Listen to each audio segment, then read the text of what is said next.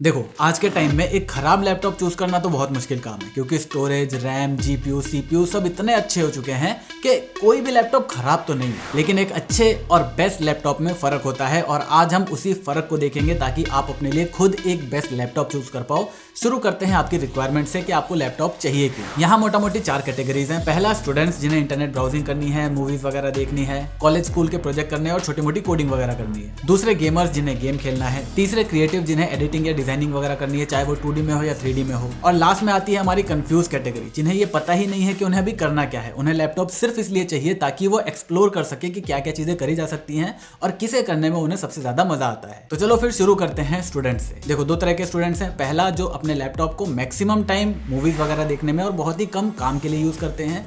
दूसरे, जो maximum time काम के लिए और बहुत ही कम मूवीज वगैरह के लिए यूज करते हैं। अब इन दोनों ही कैटेगरी को सबसे पहले अपनी स्पेंडिंग लिमिट पर कंट्रोल करना है और मेरे हिसाब से एक स्टूडेंट के लिए 40,000 रुपए इज द बेस्ट। उसके अंदर में आपके सारे काम हो जाएंगे। मैंने खुद अपना प्रोफेशनल करियर एक 40,000 के लैपटॉप से बनाया है, तो आप तो फिर भी अभी स्टूडेंट हो। तो 40,000 से ज्यादा आपको नहीं खर्च करने, बजट फिक्स हो गया। अब बात करते हैं प्रोसेसर की। कौन सा प्रोसेसर लेना है उससे पहले आप ये देख लो कि कौन सा नहीं लेना। इंटेल, सेलेरॉन या फिर 10th जनरेशन के प्रोसेसर के ऊपर आपको नहीं जाना। राइजन की 3000 सीरीज भी हमने नहीं देखनी। तो इन प्रोसेसर्स के साथ आने वाले लैपटॉप हमारे किसी काम के नहीं। और अगर आपको लग रहा है कि इस प्राइस में केवल यही प्रोसेसर वाले लैपटॉप मिलते हैं तो थोड़ी सी मेहनत करोगे तो आपको डेल का 12th जनरेशन i3 प्रोसेसर वाला लैपटॉप मिल जाएगा इसी प्राइस के अंदर। वैसे ये वीडियो लैपटॉप कैसे लेना है उसके ऊपर है, ताकि आप खुद अपना लैपटॉप चूज करते टाइम फिल्टर लगाकर अपने लिए बेस्ट लैपटॉप चूज कर सको।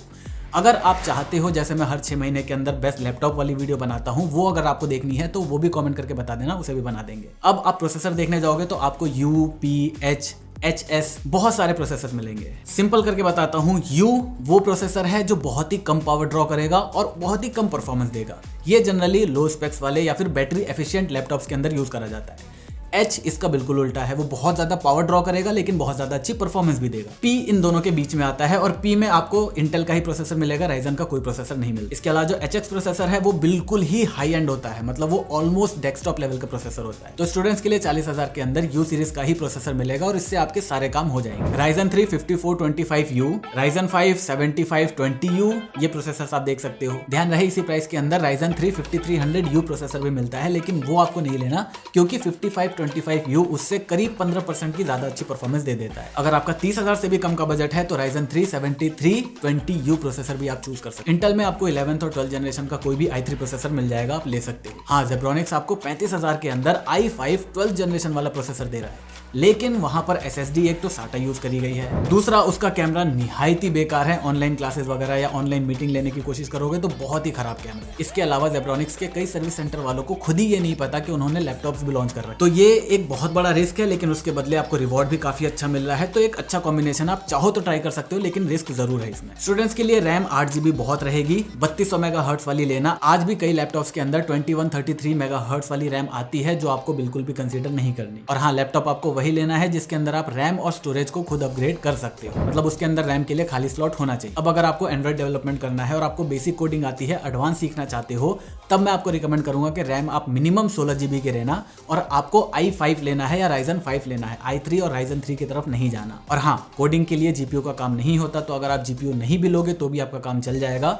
स्टूडेंट हो, पैसे बचा कर। स्टोरेज में सब आपको SSD ही दे रहे हैं, बस आपको ध्यान ये रखना है कि आपके हाथ SATA SSD ना लग जाए, क्योंकि वो उतनी फास्ट नहीं होती जितनी एक कन्वेंशनल SSD होती है। अब अभी तक मैंने स्क्रीन की क्वालिटी या फिर बिल्ड क्वालिटी के ऊपर बात नहीं करी, क्योंकि इस प्राइस के अंदर या तो कोई कंपनी आपको प्रीमियमनेस दे सकती है या फिर अच्छी स्पेसिफिकेशन, और इस प्राइस में डेफिनेटली मैं अच्छी स्पेसिफिकेशन को ही चूज करूंगा ओवर प्रीमियमनेस। लेकिन फिर भी जो मेजर ब्रांड्स हैं उनका एक मोटा मोटा पर्सपेक्टिव आपको बता देता हूँ। बिल्ड, प्रीमियमनेस और आफ्टर सेल सर्विस के लिए चार्ट कुछ इस तरीके से है। डेल आपको सबसे बेस्ट देता है, एसर आपको कंपैरेटिवली सबसे कम अच्छा देता है। लेकिन वहीं पर अगर स्पेक्स वर्सेस प्राइस की बात आ जाए तो ये चार्ट बिल्कुल उल्टा हो जाता है। एसर आपको सबसे अच्छी specification to price ratio offer करता है और डेल सबसे बेकार। अब ये बात मैंने एक जनरल अपनी ऑब्जर्वेशन से बताई है, हो सकता है आपके एरिया में एसर का सर्विस सबसे बेस्ट हो और डेल का सबसे खराब। डिस्क्लेमर दे देता हूँ, ये सिर्फ इन जनरल चार्ट। चलो, अब गेमर से बात करने से पहले, अगर आप अपने लैपटॉप के अंदर AI का यूज नहीं कर रहे, then you are not using your laptop at its maximum potential. ये है Odoo, जो एक open source business app management tool है जो फ्री है, फास्ट है और सिर्फ 4 सिंपल स्टेप के अंदर आप अपनी खुद की वेबसाइट बना सकते हो। और इसे यूज करने के लिए आपको किसी भी तरह की टेक्निकल नॉलेज की जरूरत नहीं है। जितना आसान इस पर वेबसाइट बनाना है उतना ही आसान उसे कस्टमाइज करना भी है। इजीली आप किसी भी ब्लॉक को ड्रैग एंड ड्रॉप करके अपने हिसाब से चेंज कर सकते हो। वेबसाइट में कहीं पर अलाइनमेंट की दिक्कत है तो उसे आप एक क्लिक के अंदर फिक्स कर सकते हो। कम अटेंशन स्पैम वाले यूजर्स के लिए आप स्टैटिक ग्राफिक को एनिमेट कर सकते हो और वेबसाइट पर आप खुद की अपनी कस्टम फोटो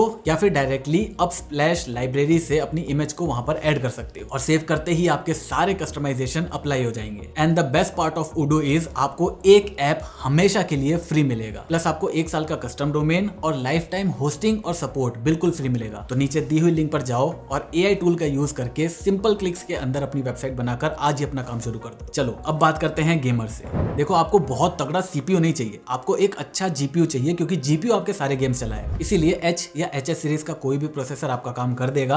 आपको HX सीरीज की तरफ बिल्कुल भी नहीं जाना क्योंकि वो फालतू का खर्चा हो जाएगा। AMD 7000 सीरीज का जो H सीरीज का प्रोसेसर है वो Intel के 13 जनरेशन के H सीरीज से बढ़िया है। तो हमें उस 2016 वाली मेंटालिटी से बाहर निकलना है कि गेमिंग के लिए Intel is always best. Ryzen भी बहुत अच्छा काम कर रहा है आज के टाइम। इवन अगर आपको थोड़े से और पैसे बचाना है तो मैं रिकमेंड करूंगा AMD का HS सीरीज का प्रोसेसर ले लो क्योंकि वो H सीरीज से थोड़ी सी कम पावर ड्रॉ करता है और थोड़ी सी कम परफॉर्मेंस देता है, लेकिन प्राइस में एक अच्छा खासा डिफरेंस आ जाता है। इसके बाद एक चीज का और ध्यान देना है, Intel की अभी नई अल्ट्रा सीरीज आई है जिसका नाम सुन के ऐसा लगता है कि वो चिपसेट बहुत अच्छी गेमिंग या बहुत ही तगड़ा कुछ परफॉर्मेंस दे सकती है। इवन कई लोगों की वीडियो में ये भी बताया गया है कि वो बहुत ही अच्छी गेमिंग करा के देता है, लेकिन ऐसा कुछ भी नहीं है। Intel Ultra is basically the 15 generation processors of Intel। जैसे पहले इनका नाम i3, i5, i7, i9 हुआ करते थे, अब इनको 2 कैटेगरी में इंटेल ने डिवाइड कर दिया है। पहला जो लो एंड प्रोसेसर्स हैं वो है Intel Core 3, Core 5, Core 7 और जो इनके परफॉर्मेंस सीरीज वाले प्रोसेसर हैं उनका नाम दे दिया Core Ultra 5, Core Ultra 7,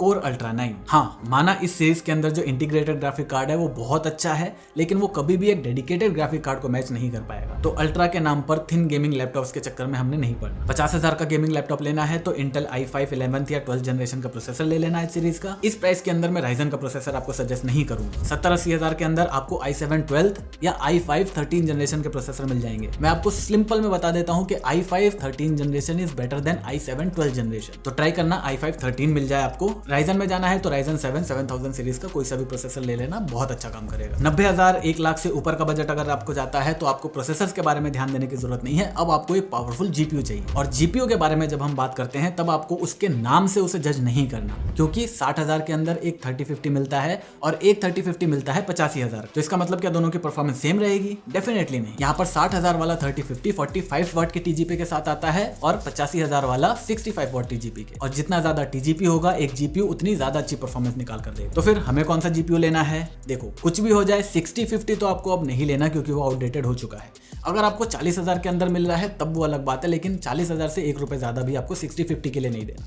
2050 is bare minimum जो आपको GPU चाहिए। 60 से 70,000 का बजट है, 3050 आराम से मिल जाएगा। 90,000 से जब आप ऊपर जाते हो तब आपको 4060 भी मिलने लगेगा, लेकिन मैं वो रिकमेंड नहीं करूंगा। आपको 3060 3070 बहुत आराम से मिल जाएगा जिसकी TGP 4060 से ज्यादा होगी। इसके बाद 1 लाख 1,20,000 से ऊपर जाते हैं तो आपको 4000 सीरीज ही देखनी है एनवीडिया की, वहां पर AMD मैं आपको रिकमेंड नहीं करूंगा। और हाँ, आपको एक चीज और ध्यान देनी है, सारे फिल्टर्स लगाने के बाद जो लैपटॉप आप चूज करते हो उसको आप ये भी देख लो कि उसकी हीटिंग कैसी है, क्योंकि अगर हीटिंग अच्छी नहीं हुई और अच्छी स्पेसिफिकेशन है तो भी वो अच्छा परफॉर्म नहीं करेगा। जैसे Asus की टफ सीरीज कुछ टाइम पहले बहुत अच्छा परफॉर्म नहीं करती थी, स्पेसिफिकेशन बहुत अच्छी होने के बावजूद भी, क्योंकि उसमें हीटिंग इशू थे। Asus ने अब उसको फिक्स कर दिया है, लेकिन स्टिल मैं आपको रिकमेंड करूंगा कोई सा भी लैपटॉप आप चूज कर रहे हो गेमिंग के लिए स्पेशली, आपको उसकी हीटिंग परफॉर्मेंस के बारे में इंटरनेट पर जरूर रिव्यूज देख लेने। अब आती है बारी क्रिएटिव्स की, और यहाँ पर 2 तरह के लोग हैं, एक जो 2D का काम करते हैं, एक 3D का काम। 2D वाले के लिए मैं पर्सनली प्रोसेसर्स को ज्यादा इंपॉर्टेंस देता हूं ओवर GPU भी इंपॉर्टेंट है।